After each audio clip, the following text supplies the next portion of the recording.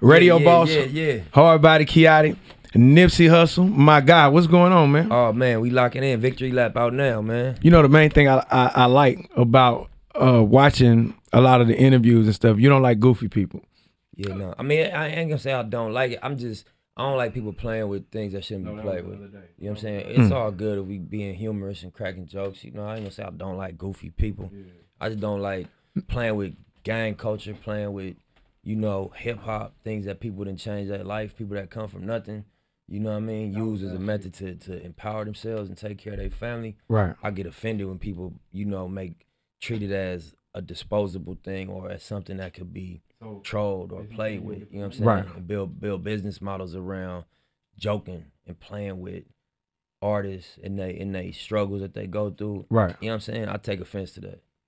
One thing that we just kind of talked about, and it's funny, we at the radio station, but like radio isn't the finish line. Radio isn't what, like, to me, an artist should be focused on. When I mean artist, it's so many free platforms that you can spread your message without necessarily having to, hey bro, can you play me? You know, it don't really be like that. What has been, I guess, one of the better platforms for you as far as people finding the music and that you see them reacting to your music on? Would it be like a Spotify? I mean, platform, you know what, I had to realize that it's about people. People all trained to different platforms. Right. You know, you got your people that's trained to YouTube. You ask my daughter, she 9. Oh, that's how they... Have you heard this new song? She going to YouTube. Right. To her, a song is visual as much as it is audio. You know what I'm saying? Because she trained, her generation trained to YouTube. Then you got people that just go to the radio. If it ain't on the radio, it don't exist then. Right. But the whole point is that it's people. You know what I'm saying? So if you making music thinking about Spotify or Apple or radio, you missing the point. You supposed to be thinking about people. Right. In my opinion, in my experience, because I didn't make that mistake before. And then go ahead. No, go ahead. No, I made the mistake of trying to create something that people consume and live and die behind, which is music, for a thing that's not a person. Radio is not a person. Spotify ain't a person. You know what I'm saying? The club ain't a person. Right. You can't, it don't have ears. What you got? Man, I got this new single for the club. Yeah. We finna kill it. Hey, bro, that ain't... You know what I'm saying? The club ain't got no ears. How's it gonna even hear your song? Right. Who's in the club? People. So if you making songs for people, you got a much better understanding of what you're trying to do. A lot of time, people give you like a lot of props for being like a savvy businessman and having businesses. But a lot of time, like, we don't hear about the loss. You remember like your first loss you took that you was like, ooh, this ain't... Like, first one, I remember some of the big ones. I took a lot of losses. I remember, you know, some of the big ones, you know, getting your bike stolen out your backyard, a loss.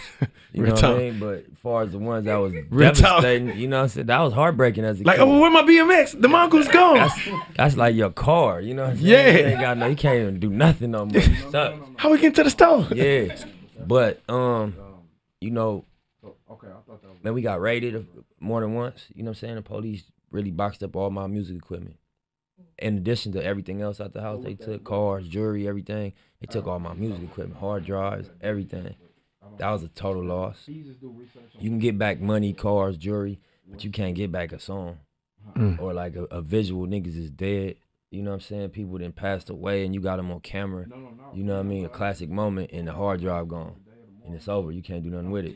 I remember seeing clips from like the Rodney King and stuff like that, and when you see LA, and when people from LA, like even as far back as NWA saying like F the police, like fuck the police, is it still like that now? Like, or does cameras make people more accountable? Well, yeah, I think the culture is still the same. Okay. You feel me? Gangbanging is still a culture for sure, and that's the culture of LA. If you was a young kid growing up in LA, you gonna feel a way to that. You know what I mean? No way around it. The technology basically worked against street crime because you're not getting it's no secrets. You can't even go to a motel with a little side piece in 2018 because the cameras.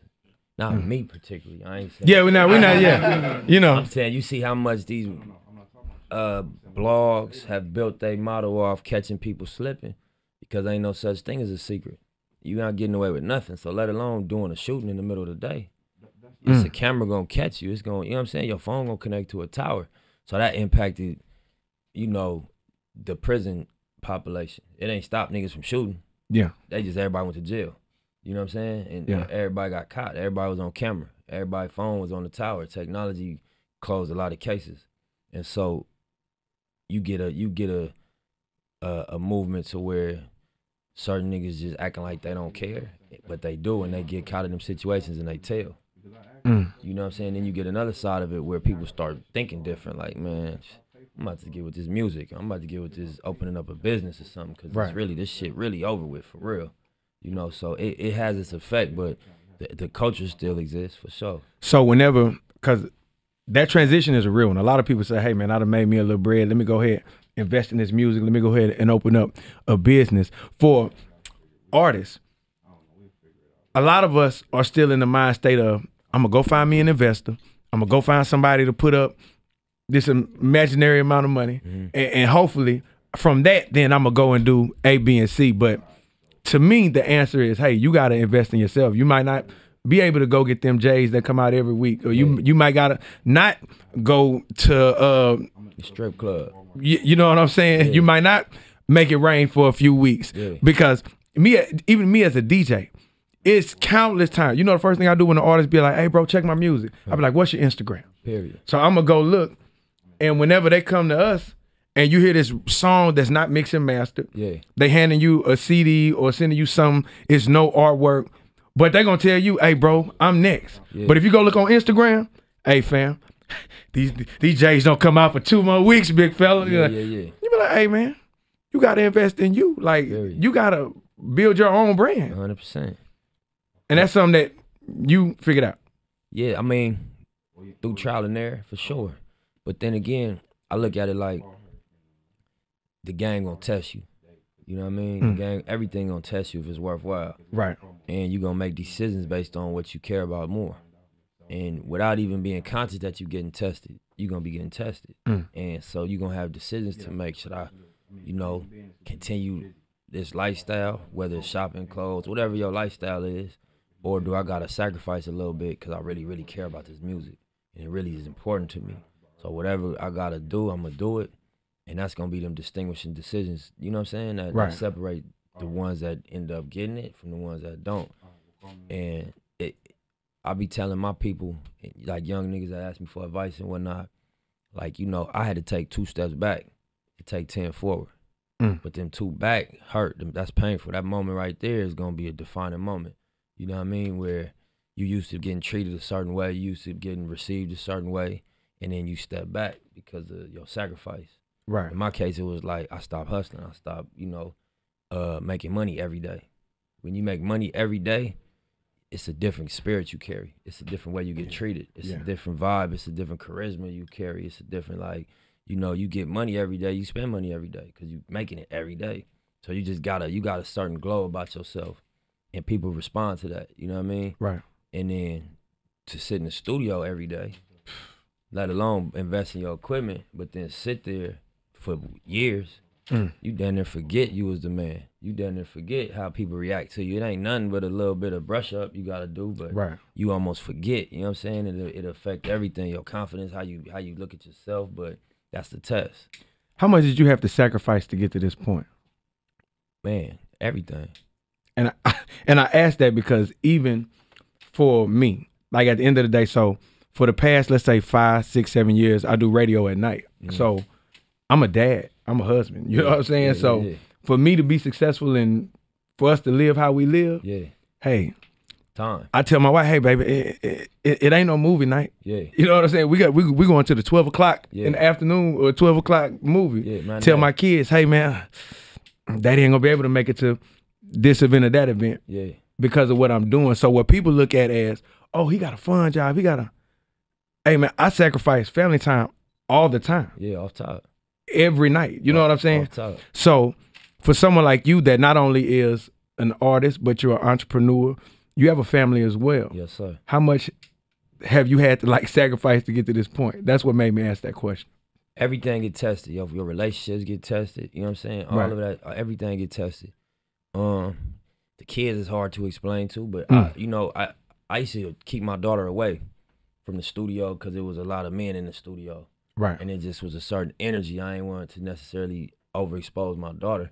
Right. But I realized the time that I'm being away, she coming with me. And I'm just going to situate this room to where everybody know my daughter in here. So it's going to be certain ways we talking. We ain't talking like that with my daughter in here. Because I can't just, I live in my work. This is my life. So I can't separate my kid. I got to just bring her with me some days. And that can't be the reason why we can't spend time. Oh, I'm in the studio. Well, come on, you come to the studio with me. And then I'm going to have a homegirl sit with her in the other room with the cartoons or with the iPad or with the, you know, snacks. And, you know, she can kind of peep what I'm doing and get a better understanding. Like, he ain't just avoiding me. Right. He really in here working. Concert, she coming with us. You know what I mean? She gonna roll. I watched the Bob Marley interview. And look at any Bob Marley interview, you're gonna hear kids in the background. Everyone. You're gonna hear babies running around. It's gonna be weed lit. It's gonna be everything that you try to keep your kids away from. Yeah. But the kids gonna be right there on deck. And they turned out fine. You know what I'm saying? Yeah. Not to say I don't smoke no more. You know what I mean? So I don't have my daughter around no weed. That's not what I'm saying. But right. Just like I peeped, damn, like, you know, even like artists I talked to, I was hollering at Fetty Wap, and he like, man, I got my family another tour bus. So when I roll, he like, I don't want to come home from the road no more because I got my family with me. Like all my kids, they in the bus behind me. You know, all they moms is in the bus behind me. Taking, you know what I mean? It's a sober, no drug, no alcohol bus. It's for the kids, and every city I go to, they following behind. So I think like you gotta embrace it, that this is what you're doing, and then figure out ways to take the hit off your family as much as you can. But the sacrifice is real. You know what I'm saying? It's real. Extremely real. Yeah. I think that one of my favorite songs off the project probably has to be Dedication. Yeah. Just because for somebody like me that resonated, you gotta love this shit. Like, this is not something that you don't love or you're not passionate about, and you be like, I'm just, no, like, it's a lot come with this. 100%. And if you don't love it, you're gonna quit. Every time. You're gonna hang the towel up, for sure. And if you ain't willing to die and lose everything for it, you're not gonna make it. And you're probably not gonna die. You know what I'm saying? But you gonna pass out before you die, okay? Yeah, you're gonna have to be comfortable with dying for this shit. Yeah. Just like gangbanging. Yeah. You can't be a real banger if you ain't willing to die and do life. You're not gonna be able to function under the situation. Not to say that's what you want, but you're gonna have to accept that's a part of this life. Speaking of, and not on no funny stuff, gangbanging is different in LA than it is in like other places. Cause when you go places on the road, I'm sure you meet other, you know, gangbangers, and it'd be a little different. You be like, hey man, no, that ain't how we do it. You know where I'm from. You know what I'm saying? Yeah. With LA, it's more a part of growing up. Like, this is where we stay at, or this is where we lived at. Or that's how the streets is ran in LA. Gangbanging, not hustling. You could be a successful hustler and have no say so. You know what I'm saying? You could have the bag and all that. You don't matter, bro. Niggas gonna take that from you. For real. Because that's not the structure of LA. The structure of LA is banging. So it's like every community is controlled by a gang and got a history. And got, you know, a narrative of what happened and who did what and who stood down and who stood up and who did what they were supposed to. And, you know, back in this day when it was going down, all them stories still written on the wall. You know what I mean? So it's just it's the way of the area that you grew up in. You know what I'm saying? Right. As much as you be an individual, you know, it's a way of life that, you know, your granny know about it, your aunties and them know about it, your mama know about it, right? Everybody, you know, the mailman know, you know the difference between the neighborhoods you dropping delivering mail in. Oh, let me turn this hat on this side. It ain't even that's like a Chicago thing, like breaking the hat off, but just like, you know, the stop signs. It's a real culture. You know what I'm saying? It ain't like you wake up and decide, oh, that documentary inspired me, I want to go bang, or I heard this album. Yeah, I seen the video. This is something I want to do. Not to say that's how other areas got it, because it's a lot of different reasons everybody do what they do. Right. But just far as LA, you know, the school teachers, everybody, it's the way of the streets. Period. It ain't no alternative thing going on in the streets. But you kind of mess it up for the stereotype, because stereotypically people would tell you gangbangers are dumb. They have no idea what's going on out here. Right. We just out here to tear up the streets in the community. Right. And when you sit down and talk to you, you're not an uneducated guy. You're a businessman. You're a father. You're a family man. Right. So it kind of messes up the stigma or the stereotype of gangbangers are, you know. Yeah, because you know you gotta take the human element out of it for you to give a young person 150 years. You can't look at him like a human being if you a judge or you a lawmaker, or else you're gonna be sympathetic a little bit. You're gonna be like, it's a little kid. This dude 16. Yeah. So you gotta tell yourself this not a human. You know what I'm saying? He's a predator. He's a you know what I mean? He's a killer. He's not a regular, and that's not the truth. You know what I mean? He's just somebody that was in the area where this was going on. You know what I mean? And got caught up in some shit probably that, you know, held a lot of years. But in order to treat young people that's in that life the way they get treated, right, you gotta not look at them like humans. You know what I'm saying? So I think that's why you gotta perception that to be a gang member, you just gotta be this cold-hearted, calculated killer. And that's farthest from the truth. You know, you got young people that was sport prodigies, and you know what I mean, had dreams to be chefs, and they just grew up in an area that was gangbanging. You know, go outside, that's what's going on. And then, you know, as a man, you want to identify with strength. You know, you ain't got no strength in your house. You go outside, who respect it outside, and who, you know what I'm saying, who got confidence, who got pride. Right. You know what I mean? Because I'm going to pattern myself out of them, and that was gang members. You know what I'm saying? I get it. Yeah. Fashion. You into the fashion, I see too. I see a lot of the Puma gear. Yeah. Yeah. Go ahead. No. Go ahead.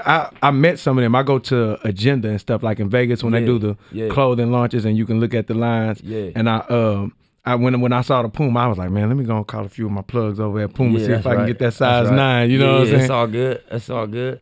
Nah, I did a collab with Puma recently where we did an endorsement deal. Okay. And so we about to work on a few things. We're gonna do a collaborative release that's gonna be, you know, apparel and shoes.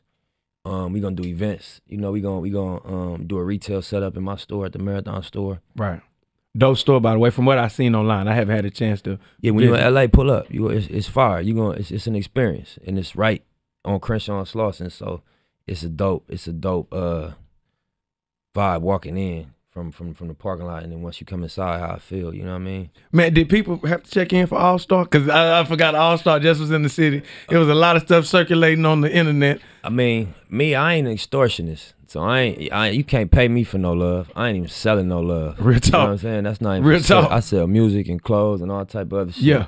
I don't sell like friendship, you know what I'm real saying? Talk. Or protection. But at the same time, you know, that's a tricky one. You know what I'm saying? Just based on how the thing about it is that if I come to disrespect Houston, I expect to get checked. Period. I don't expect to get away with disrespecting no place. Yeah. Man, if I go to Beverly Hills and I disrespect Beverly Hills, the police might be the one to check me, but somebody gonna check me. Right. So, you know what I mean? I just feel like it's about respect. Anywhere you go, I'm gonna come with respect. I know something been going on in this city way longer than I've been here a couple hours. Yeah. It been lives that been lived, and you know, wars that been fought, and all type of things that went on. True. And respect that's been established, and you gotta come. When I say check in, or when the word check in, and when I hear it, I mean like check into the culture of what it is. Like, okay, right, what's going on out here? How, right. You know, what's the necessary way to move? Just so right. I don't be in violation. Right. And so I think that's what the check in is about. Just, you know, educating yourself. If you're gonna be outside, you go to the hotel and lock your door, and you ain't got to deal with it. You good, baby. Lock into that TV. Watch your cable and eat your room service. You know? Right.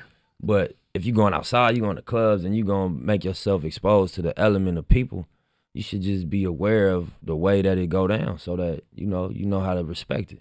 Straight like that. I do a lot for the artists, the local artists, the upcoming artists in the city. If you could just get in one piece of advice before we get out of here, an upcoming artist that may be right on the brink of trying to find their greatness or start the beginning of their legendary run, what would you tell them? Man, that's a tricky one too. I would say, and I know it's a lot of game. If you could just give them a little, I'm trying to think of the most effective thing I could say in a short way of saying it is probably just like, you know, be ready for a good fight, man. You know what I'm saying? Like, niggas, you don't come to fight Tyson thinking it's about to be easy. You about to get in here and, you know what I'm saying, take this title from old boy. I'm finna two-piece. Yeah, we good to go. You nigga, And give me the belt, right. You better be ready to get your jaw broke. You better be ready to get a low blow, get your ear bit. No disrespect to Tyson. You know what I'm saying? It be some ear bite. Yeah, it's savage.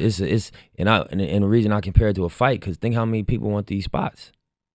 You know what I'm saying? It's, how many spots is it in rap music for real at one time? How many slots on the radio is it?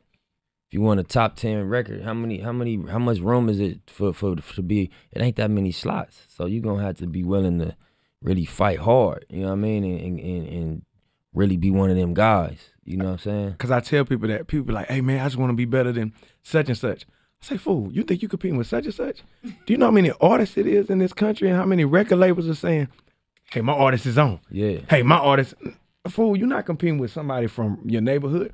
You competing with everybody. You don't just have to say, I want to be better than. Nah, bro. You competing with everybody. There's 10, 12 spots. 100%. So that's what's up. Yeah. Nipsey Hussle, be sure you support the album. Yeah, Victory Lap. Go grab that, download it, stream it, all that. Straight like that. On the radar, it's the real sound of H-Town, 97 on the box. Love. Appreciate it, my G. Always, man. Thank you. Respect. Yes, sir. Likewise.